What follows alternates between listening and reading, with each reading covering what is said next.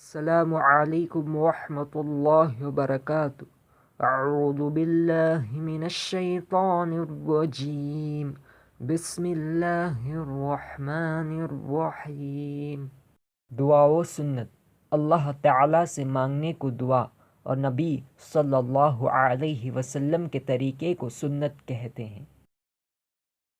حدیث، رسول اللہ صلی اللہ علیہ وسلم نے ارشاد فرمایا کہ جس نے میری سنت زندہ کی اس نے مجھ سے محبت کی، اور جس نے مجھ سے محبت کی وہ جنت میں میرے ساتھ ہوگا۔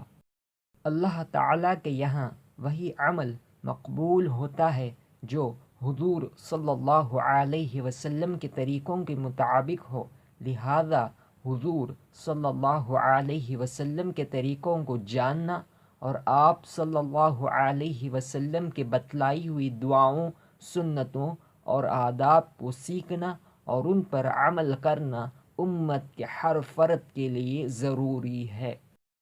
ان دعاؤں اور سنتوں پر عمل کرنے سے آخرت کا ثواب اور کامیابی ملنا تو یقینی ہے ہی، ساتھ ہی دنیا میں بھی عزت ملتی ہے اور مصیبتوں اور آفتوں سے حفاظت ہوتی ہے، سکون اور چین نصیب ہوتا ہے۔